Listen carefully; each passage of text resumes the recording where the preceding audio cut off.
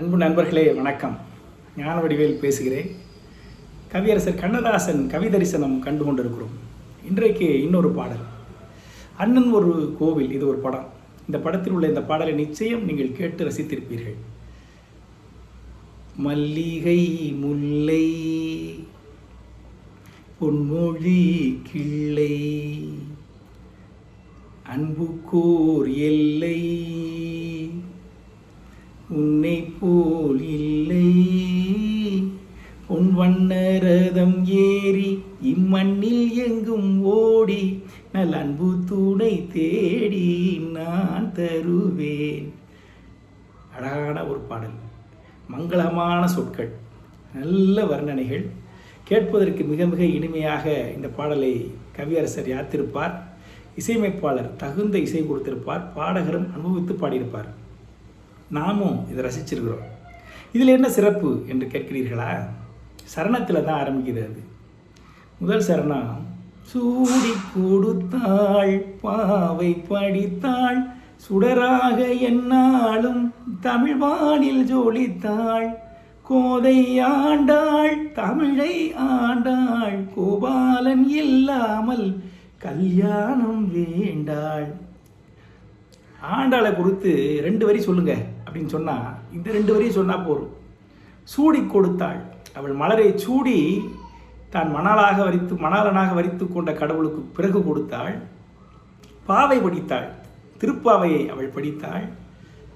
சுடராக என்னாலும் தமிழ் வானில், செந்தமிழ் வானில் என்றென்றும் சுடர்கின்ற ஒரு பெண்பால் புலவராக அவள் ஜொலித்தாள் என்று மிக சுருக்கமாக ஆண்டாளை குறித்து சொல்லுகிற வகையில் அழகாக பாடியிருப்பார்.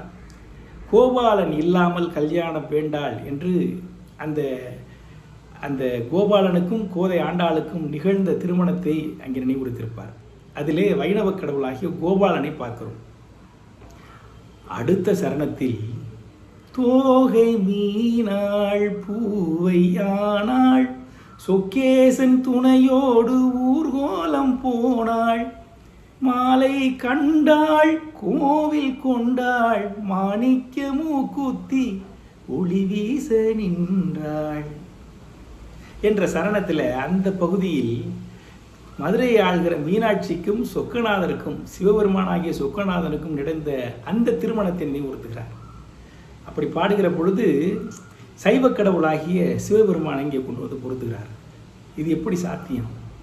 ஒரே பாட்டில், அதாவது கவிஞர்களுக்கு, கற்றுத் தேர்ந்த கவிஞர்களுக்கு, முற்றும் அறிந்த சான்றோர்களுக்கு மதங்களிலே வேறுபாடில்லை, மனிதர்களிடம் வேறுபாடில்லை, இனங்களிலே வேறுபாடில்லை.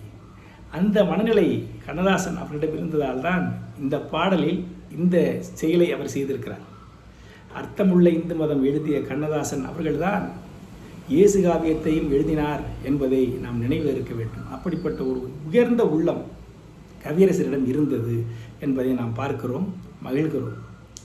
இதை பாடலை சிந்திக்கிற பொழுது இயல்பாகவே என்னுடைய எண்ணம் கம்பனை நோக்கி ஓடியது.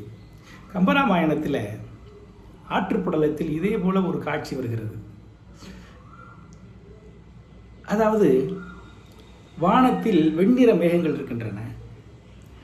அது சென்று கடல் புறம் போய் கடலில் உள்ள நீரை உறிஞ்சிக்கொண்டு திரும்பி வருகிற பொழுது கருநீல வண்ணமாக வருகிறது, கருப்பு நிற மேகங்களாக வருகின்றது, வந்து மழை பொழிகின்றன. இது ஒரு காட்சி. இதை பார்க்கிற கம்பன், வெண்ணிற மேகங்களாக போகிற பொழுது அவை திருநீரணிந்த சிவபெருமானாக தெரிகின்றன. அந்த நீரை உறிந்து கொண்டு திரும்பி வருகிற பொழுது அது கருநீல வண்ணம் கொண்ட கண்ணபிரானாக நமக்கு தெரிகிறது என்று கம்பன் அங்கே கற்பனை செய்கிறார். ஒரே பாடலில் சைவத்தையும் வைணவத்தையும் இணைக்கிற அந்த மாயாஜால வித்தையை கம்பன் அங்கே காட்டுகிறார்.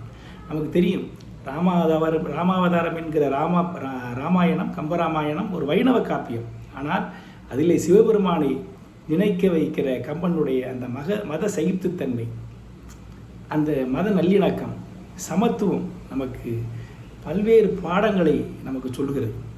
அந்த பாடலை கேளுங்க. நீரணிந்த கடவுள் நிறத்தவான் ஆரணிந்து சென்று ஆர்களில் மேய்ந்து அகில் சேரணிந்த முளை திருமங்கைதன் வீரணிந்தவன் மேனியின் மீண்டதே.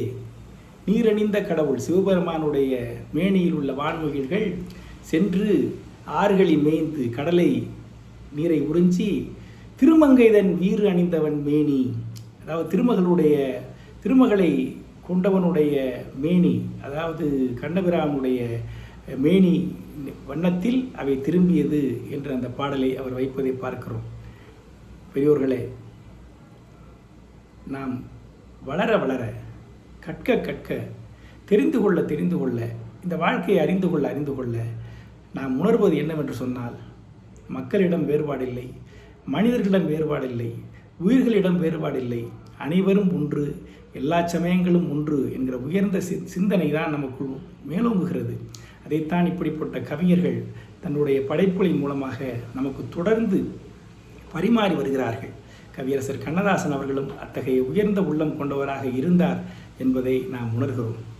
மல்லிகை முல்லை பொன்மொழி கிள்ளை அன்புக்கூர் எல்லை உன்னை போல் இல்லை. கவியரசர் கண்ணதாசனை போல் சிறந்த பாடல் அவருக்கு இணையாக தருபவர் இல்லை இல்லை என்று சொல்லுகிற நினைவோடு இன்று நாம் விடைபெறுவோம்.